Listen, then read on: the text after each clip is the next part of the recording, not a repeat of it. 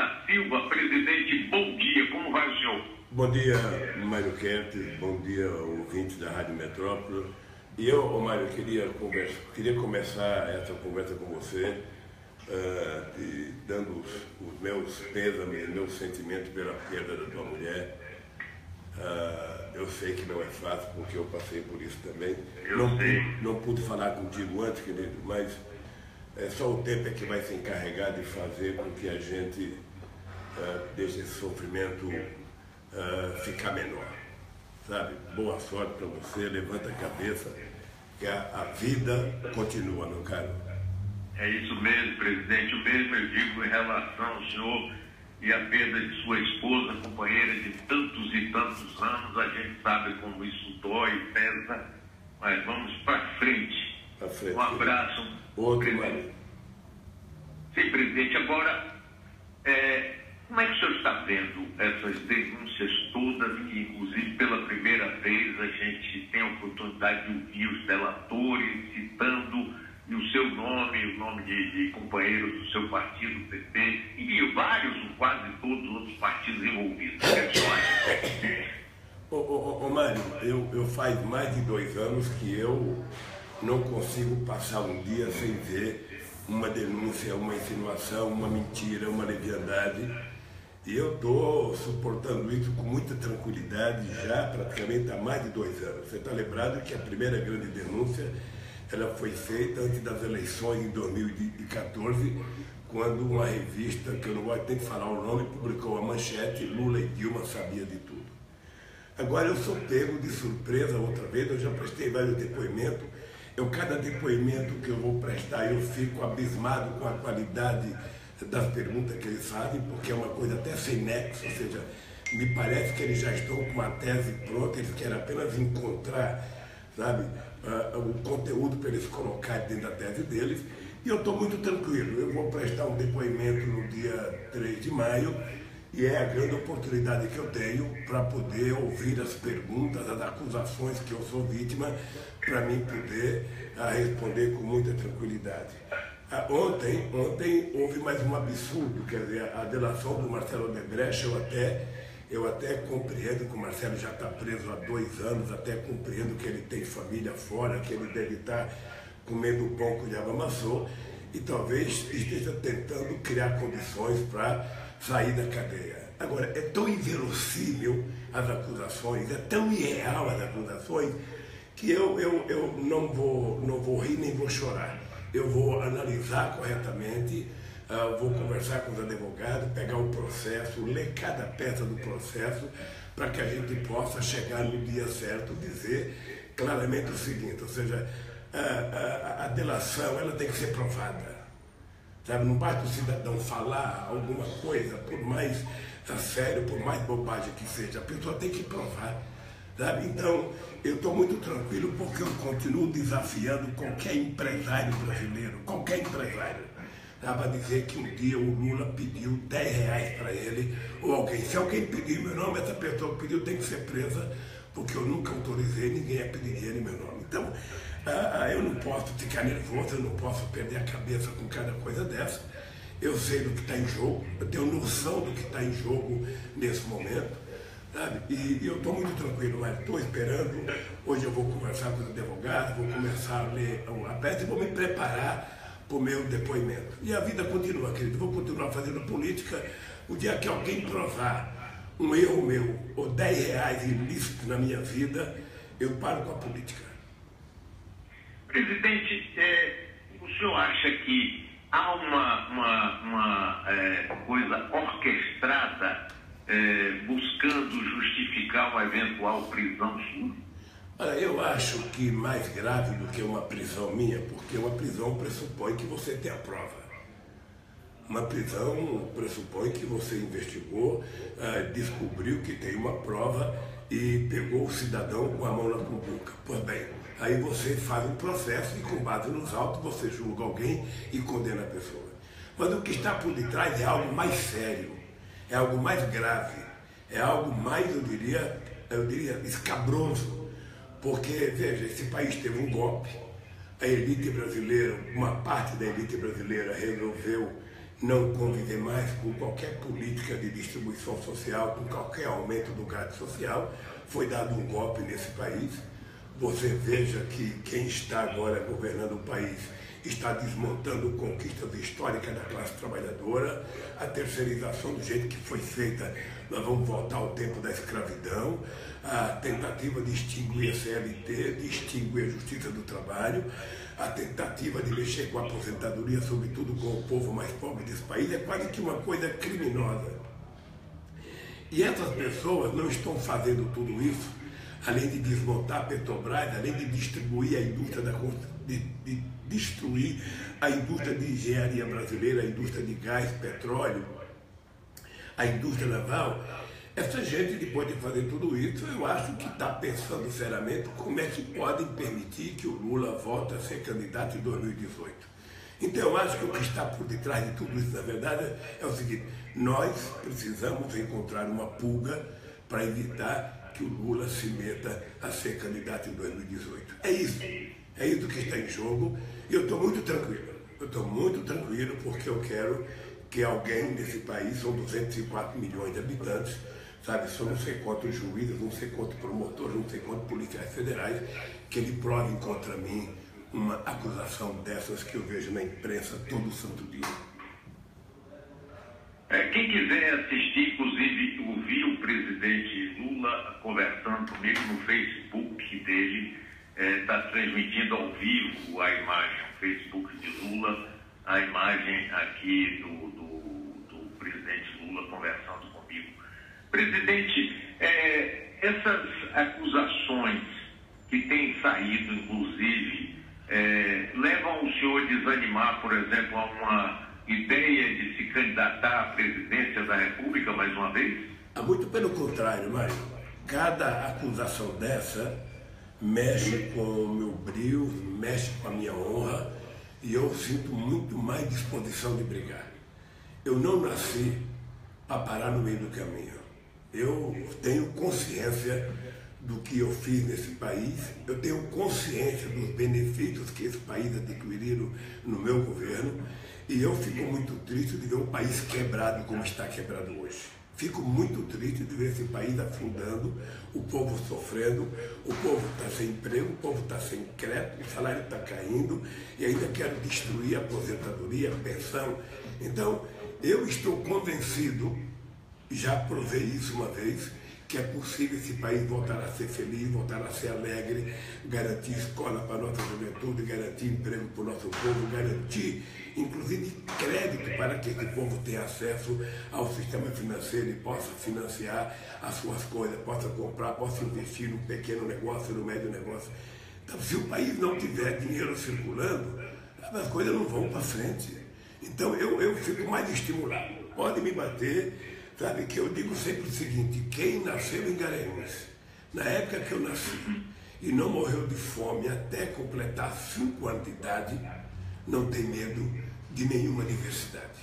Enfrentarei todas elas de cabeça erguida, e eu tenho uma coisa que é o maior legado que eu tenho, que é a minha honra, que é o patrimônio que eu conquistei da minha mãe, que é o direito de andar de cabeça erguida, e isso ninguém tira. Quem estiver contando mentira, quem estiver inventando historinha, quem estiver dizendo que criou uma conta para mim, para um terceiro, sabe, já faz 7 anos que eu deixei a presidência e essa conta está onde? Esse terceiro está onde? Esse cara deve estar comendo então o dinheiro que era para mim, porra. Sabe? Então, essas palhaçadas todas, nós vamos resolvendo com o tempo. Eu estou muito, mas muito tranquilo. Às vezes eu fico incomodado porque todo santo dia, tem um canal de televisão importante que em 8 meses já foram 16 horas de Jornal Nacional contra o Lula. 16 horas, mas eu duvido que algum político aguentasse isso. Eu duvido. Entretanto, quando sai uma pesquisa de opinião pública, quem aparece em primeiro lugar é o Lula. Numa demonstração de que esse povo está mais maduro, esse povo está mais consciente e esse povo está sabendo o que está acontecendo nesse país. Essa gente que domina esse país, desde que Cabral aqui pôs os pés, não aceita a ascensão dos mais pobres. não aceita que o pobre coma 3 vezes por dia, não aceita que o pobre ande de avião, não aceita que o pequeno agricultor possa ter crédito, financiamento, produzir, ter mercado para vender o seu produto, não suporta que filho de pobre possa entrar na universidade e ser engenheiro, filósofo, sociólogo, seja médico, ou seja, não quer escola técnica para as crianças, sabe, das famílias mais pobres, dos trabalhadores. Então é o seguinte, se é isso que incomoda os meus adversários, pode ficar certo que eu vou brigar para voltar, para fazer muito mais. Eu sei como é que faz, porque eu já fiz. E eu já fiz esse país quase ser a 5ª economia do mundo em 2008. Esse país era o país mais respeitado no mundo. O passaporte brasileiro era motivo de orgulho, a bandeira brasileira era motivo de orgulho. E estão destruindo o Brasil. Estão destruindo o Brasil. Porque eu vou te contar uma coisa, Mário. Se um juiz, para punir o Mário Ketch, ele não tiver capacidade de, através da investigação, apurar o crime do Mário Ketch, e precisar da imprensa mentir, sabe, o ano inteiro contra o Mário Ketch, para jogar a imagem do Mário Ketch no chão, ele não poder sair na rua, para depois ficar fácil condenar, então para que juiz? Então vamos deixar a imprensa julgar e condenar? Ora, o juiz tem que investigar, a Polícia Federal tem que fazer o inquérito, investigar, o promotor tem que acusar e o juiz tem que julgar com base nos autos do processo. O que não pode é você manter pessoas presas durante 2, 3 anos, sabe, coagindo as pessoas, ameaçando as pessoas. Tem casos e mais casos de pessoas que falam, o presidente ele só quer saber do senhor. A pergunta que ele faz é a seguinte, e o Lula? E o Lula? E os 4 dedos? Ele está metido nisso? Ele está metido... Todo mundo que vai prestar depoimento é assim. Então eu estou doido para emprestar meu depoimento, para poder colocar as coisas claras. Presidente, a ligação caiu, não? Lembra? Não. Presidente, porque eu não estou ouvindo aqui. Eu estou te ouvindo bem, Presidente, o senhor acha... o presidente está ouvindo aí agora, gente? Eu estou ouvindo bem. Então eu queria fazer uma pergunta ao senhor, o seguinte, quando o senhor saiu do 2º mandato seu, a sua popularidade estava no nível que nenhum outro presidente no Brasil alcançou.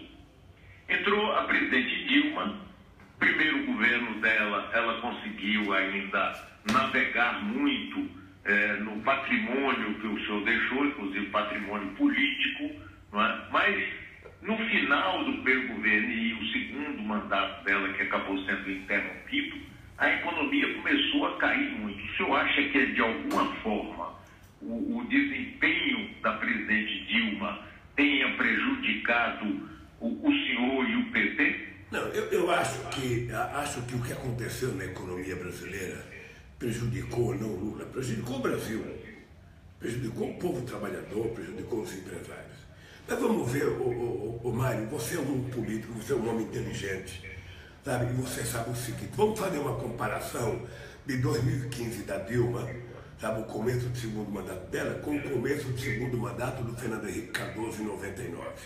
Teve aquela crise cambial do Fernando Henrique Cardoso, em que ele tinha 8% também de aprovação, que nem a Dilma. Qual foi a diferença do Fernando Henrique Cardoso e da Dilma? É que o Fernando Henrique Cardoso tinha o Temer, presidente da Câmara, tentando ajudar o governo a aprovar as reformas para começar a recuperar a economia. Tá? E o Temer fez isso. Votou as coisas corretinhas e aprovou as coisas. A Dilma teve ao contrário. Ela teve Eduardo Cunha tentando atrapalhar qualquer reforma. Essa é a diferença básica. Porque essas reformas apresentadas pela Dilma tivessem sido votadas no tempo hábil, que foi votada em 99, parte da crise teria sido debelada. Então eu quero te mostrar para você compreender, sabe, que o problema da Dilma é que ela tinha um presidente da Câmara trabalhando sistematicamente para prejudicá-la. Então eu acho que nós entramos numa situação delicada. A crise, certamente nós cometemos erros, eu acho que nós cometemos erros quando ficamos sem aumentar a gasolina, nós cometemos erros quando tentamos taxar a taxa de retorno para as empresas, sabe? E poderíamos ter cometido outros erros na apresentação, inclusive, de uma reforma, sabe, que não interessou aos trabalhadores, não interessou ao movimento sindical. Mas acontece que o Brasil é muito grande, Mário. O Brasil é poderoso, Mário. Esse país tem uma coisa que quase os países não têm, que é o mercado interno.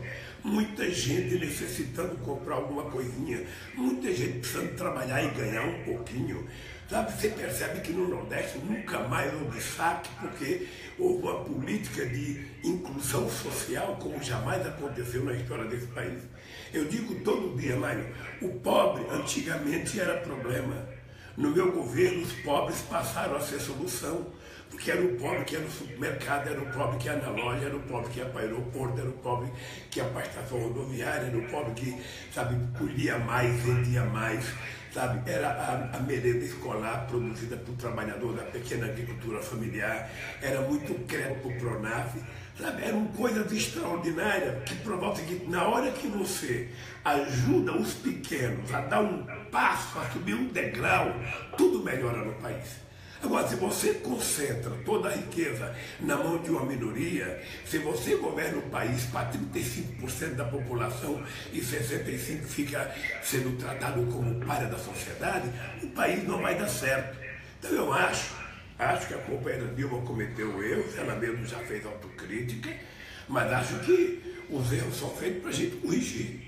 O que não pode é a gente continuar apenas cortando e nada de investimento. Ô Mário, você foi prefeito. Imagina o seguinte, Mário. A União está sem capacidade de investimento. Os estados estão sem capacidade de investimento. As prefeituras estão sem capacidade de investimento. Os bancos públicos não estão emprestando dinheiro. O BNDES deixou de emprestar dinheiro. Os bancos privados só querem aplicar a taxa Selic para ganhar na especulação. Os empresários não confiam na política porque o governo não tem credibilidade. Então a economia fica parada. É preciso que a gente compreenda que para as coisas funcionar você tem que ter um Estado indutor e um governo que tenha credibilidade e que tenha previsibilidade, porque é isso que vai permitir a economia voltar a crescer, Mário.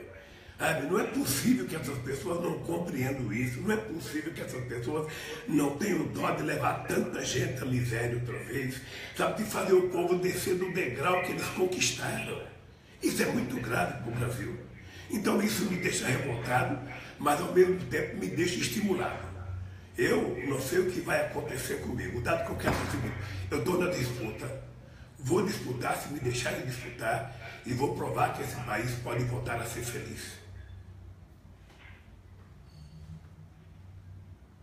Presidente, nós estamos vendo aqui essas denúncias todas e eu pessoalmente tenho um receio muito grande de que na eleição do próximo ano, por exemplo, surja um João Dória da vida como o antipolítico, o executivo, o sujeito que vai botar tudo nos trilhos, que vai acelerar o Brasil. O senhor não tem esse receio, não, presidente? Não tenho. Eu não tenho, sabe por quê? Porque não existe solução fora da política. Não existe solução. O que eu acho é que os políticos têm que ter coragem de enfrentar a situação. Nós temos um vício de origem, e por isso nós temos brigado já há muito tempo para que a contribuição eleitoral seja um fundo público, para que não haja essa relação promíscua entre político e empresário. Nós temos pedido isso há muito tempo. É preciso haver uma reforma política para que a gente possa ter partidos mais representativos e mais consolidados. E a classe política tem que ter coragem de enfrentar o problema e resolver. Mas nós estamos vivendo uma situação em que todo mundo está com medo, todo mundo está acovardado e nós estamos sendo governados por uma operação lá de Curitiba. Não tem explicação para o país isso. Sabe, que a Operação Lava Jato funcione, que ela explore, sabe, quem fez corrupção, que apure e que prenda as pessoas que roubaram. Isso está tudo correto. O que não está correto é você paralisar o país por conta de uma investigação. Não está correto.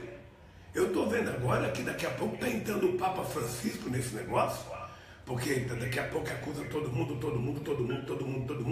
sem provas, ou seja, apenas porque alguém falou que ouviu dizer que não sei das quantas. Ora, é preciso que a gente tenha consciência de responsabilidade com esse país. Mas a gente não pode viver num país em que um procurador da República passa 1h30 dando uma entrevista na imprensa e depois fala que o PT é uma organização criminosa, que o Lula foi eleito para montar uma quadrilha para roubar, e não me peçam provas, eu só tenho convicção. Ora, um cidadão desse não está preparado para fazer acusação contra ninguém e nem para participar de um processo. É preciso ser mais sério, é preciso respeitar o PT, que é o partido de esquerda mais importante da América Latina. É o partido que tem mais preferência eleitoral no Brasil ainda. Pode fazer qualquer pesquisa na Bahia ou no Amapá. Em São Paulo ou Rio Grande do Sul, o PT sempre vai aparecer como o partido de maior preferência eleitoral. Então, o cidadão que não sabe fazer política, que a única formação que tem é um curso de direito e um concurso para o promotor, não pode fazer julgamento político das coisas assim. É preciso que as pessoas pensem antes de falar, antes de condenar as pessoas, antes de colocar as pessoas, sabe, nos jornais todo santo dia com suspeita. Então, isso me cansa, isso me deixa chateado, mas eu também tenho consciência que eu sou a única pessoa, sabe, que pode enfrentar isso de cabeça erguida. Sabe, vou enfrentar. A hora que provarem um crime meu, eu quero ser julgado como qualquer cidadão brasileiro. A única coisa que eu peço todo dia é que, se não encontrar esse crime, só me peçam desculpas. Eu não sei se a Rede Globo de televisão vai devolver a 16 horas que eles falaram mal de mim em 8 meses. Sabe, 16 horas. Sabe quantas partidas de futebol Vitória e Bahia daria isso, Mário Kertz? Quantas partidas? Sabe, eu só quero que eles peçam desculpa, não precisa nem 16 horas, 5 minutos. Sabe? Presidente, eu estou conversando com o presidente Luiz Inácio Lula da Silva, direto de São Paulo. Nós estamos retransmitindo para 32 emissoras aqui no interior, toda a Bahia está ouvindo o ex-presidente Lula. Dizem, alguns setores da imprensa dizem que, no caso do senhor ser preso, haveria uma mobilização popular que causaria uma revolta. Ou o senhor, prevendo uma vontade decidida de uma prisão, sairia do Brasil pedindo asilo político a outro país. Existem essas possibilidades na sua visão, presidente? Olha, a única possibilidade de um asilo meu é pagar a IUS. É a única possibilidade. Segundo, eu tenho consciência que não vou ser preso, porque tenho consciência que para alguém ser preso tem que ter cometido um crime. E esse crime tem que ser provado. Eu não cometi crime, eu quero que os acusadores provem. Só isso. Só isso. Tem muita gente, nós estamos vivendo uma situação, Mário, que é o seguinte, Mário, os vazamentos das supostas denúncias acontecem de dentro da sala do juiz. Não é possível. O último vazamento que foi feito foi uma vergonha. E é vazado para pessoas muito seletivas. Cada promotor tem um jornalista privilegiado, tem um jornal privilegiado. Os advogados são os últimos a saberem. Primeiro você tem que ser execrado, sabe, pelo meio de comunicação. Para depois de uma semana você ter a informação correta para se defender. Não é possível. Não é possível. Ou seja, eu tenho consciência que para me prenderem vou ter que primeiro provar das minhas acusações. Agora, se não tiver provar, peço desculpas. É só isso. Eu não acho que haverá revolta coisíssima nenhuma. Primeiro, porque eu não vou ser preso. Segundo, porque não há necessidade de revolta. Há necessidade de se fazer justiça nesse país. Nós não podemos ficar subordinados a uma ditadura de um pequeno grupo do Poder Judiciário. Não é possível. Em que você combina, a Polícia Federal faz uma investigação, antes do promotor receber, já vai para a imprensa. Aí os procuradores recebem e fazem a acusação para entregar para o juiz. Antes de entregar, entrega para a imprensa. Aí o juiz recebe outra vez a imprensa. Sabe, não é possível. Não é possível. Quando um juiz diz, eu só posso prender rico se a imprensa, sabe, ficar denunciando todo santo dia, eu me pergunto, a justiça está correta? A justiça está correta? E se o cidadão que foi acusado foi inocente, como é que fica depois? Depois de você manter o Marcelo Odebrecht 2 anos na cadeia, o Léo não sei quantos anos na cadeia, outro não sei quantos anos, o Palocci já está 6 meses. Se você não prova nada contra eles, quem vai ressarcir o prejuízo político, moral que essas pessoas tiveram? Quando sai o nome de tantos políticos como saiu essa semana, e se não for verdade? E se não tiver? Ou seja, quem vai pedir desculpa a essa gente?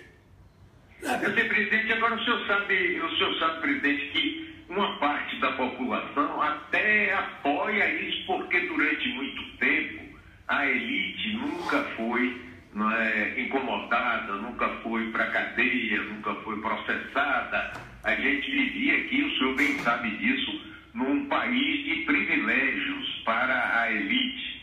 Tanto que o seu partido e a sua luta pessoal foi muito contra isso. Mas uma parte bem razoável da população está achando isso ótimo, quer sangue, quer todo mundo na cadeia, quer todo mundo incriminado. E o país está muito cheio de ódio. Não, deixa eu te contar uma coisa, Mário. A sociedade, ela está induzida, ela está sendo alimentada por ódio. Obviamente que o povo pobre tem que gostar, sabe por quê? Porque nesse país se prendia uma pessoa que era uma farmácia e roubava um comprimido. Se prendia um coitado que roubava um pãozinho e por ele não ter advogado, ele ficava 6, 7 meses preso. Então, obviamente que o povo tem que estar feliz quando prende as pessoas ricas.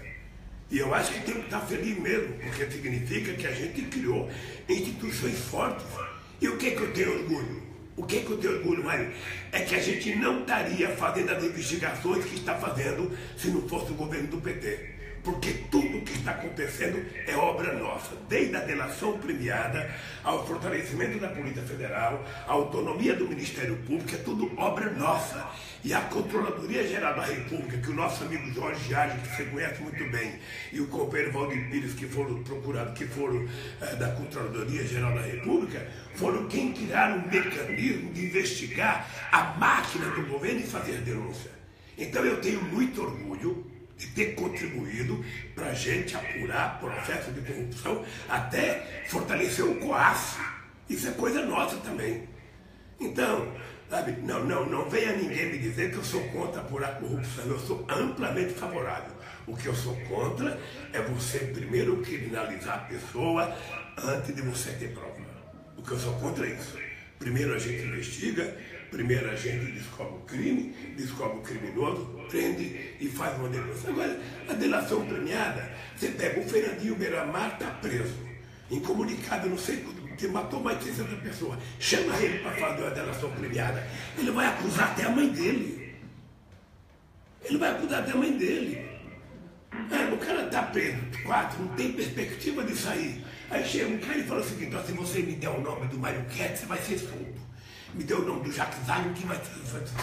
Me deu o nome do governador, que você vai ser solto. Olha, o cara dá até o nome da mãe, da tia, do tio. Isso não é um critério. A delação premiada é uma coisa espontânea, não é uma coisa sob tortura. É por isso. Presidente, agora estão envolvendo nessas últimas delações, e pelo menos agora deixou de ser uma delação seletiva, né, já que o Supremo liberou, inclusive, vídeos e tudo, já agora é uma coisa, pelo menos, aparentemente mais democrática. Estão envolvendo, inclusive, seu filho, seu irmão, essa coisa toda, como é que bate aí no seu ânimo? Olha, você sabe que é isso que me fortalece, porque a mentira é tão descabida, sabe, que me dá certeza que não existe o que eles falam. Eu estava vendo um trecho aqui em que tem um cidadão que diz que o Debrecht dava 5 mil reais para o meu irmão Frechico. Meu irmão Frechico é 4 anos mais velho do que eu. Ele que me introduziu na política no sindicato em 1968. Ou seja, eu nunca dei R$1 para o meu irmão Frechico, porque ele nunca precisou e nunca pediu para mim. Olha, se a Odebrecht resolveu dar 5 mil reais para o meu irmão, é problema da Odebrecht.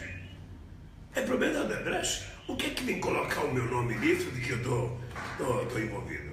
O meu filho estava metido no futebol americano, tinha patrocínio.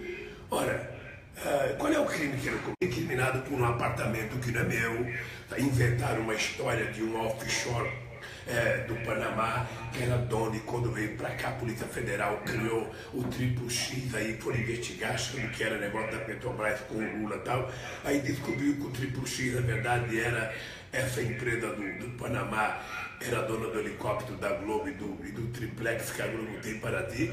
Eles soltaram o cara e desapareceu, nunca mais ninguém tocou no assunto, sabe?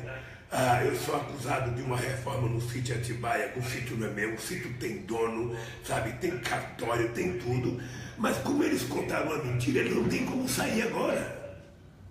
Eles não têm como sair. Então nós estamos nesse imbróglio, ou seja, eu falei, eu agora preciso manter. Como é que eu vou? A Globo depois de ficar meses e meses sobrevoando o apartamento, dizendo que o apartamento era do Lula, que não tem das contas, que não tem das contas. Como é que ela vai dizer agora que não era meu? Presidente, você não acha que é possível, por exemplo, a gente ter um clima eleitoral no próximo ano e que a gente seja mais tranquilo e que haja essa discussão, quem quiser votar no seu vote, quem não quiser não vote, porque do jeito que as coisas estão acirradas no país, eu fico muito temeroso da gente viver quase num clima de guerra civil. O que você acha? Eu acho que a situação já amenizou um pouco. O clima de ódio que nós tínhamos já diminuiu muito em vários estados da federação. Eu quero ajudar a construir, Mário, um mundo democrático em que as pessoas aprendam a conviver na diversidade. Você briga com o teu adversário durante as eleições, mas se você perder uma eleição, o teu adversário vai governar e você não pode ficar tentando destruir a governança do teu adversário. Sabe, a política existe para você conversar, para você negociar, para você fazer coalizão, para você fazer acordos programáticos. E fora da política é o fascismo. Fora da política é o nazismo. Não existe possibilidade de você encontrar uma saída fora da política. Você tem que melhorar a classe política. Agora, em 2018, o povo pode mudar. Pode mudar, pode eleger só gente boa. Pode eleger. Está na mão do povo em 2018 eleger os melhores governadores, os melhores deputados estaduais, os melhores federais, os melhores senadores. Agora, o que não pode é eleger um congresso como esse que está aí, sabe, que está destruindo as conquistas, sabe, lá no direito trabalhista de 1943 da CLT, eles estão destruindo agora. E não estão destruindo em benefício do trabalhador, mas em benefício de alguns empresários conservadores, que acha que em férias de 30 dias deixa o trabalhador ocioso, que o trabalhador vai beber, não pode ficar 30 dias de férias, sabe? Então, é esse retrocesso que nós precisamos evitar que aconteça no Brasil. Ô Mário, eu tenho uma experiência de vida, eu fui presidente desse país.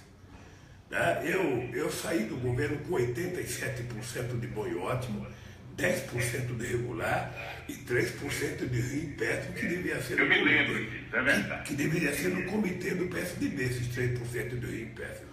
Tá? Eu duvido, Mário, eu duvido que em algum momento da história desse país teve um presidente que tratou os trabalhadores tão bem, que tratou os empresários tão bem, que tratou a classe média tão bem, que tratou o grande proprietário de terra tão bem, o pequeno proprietário de terra.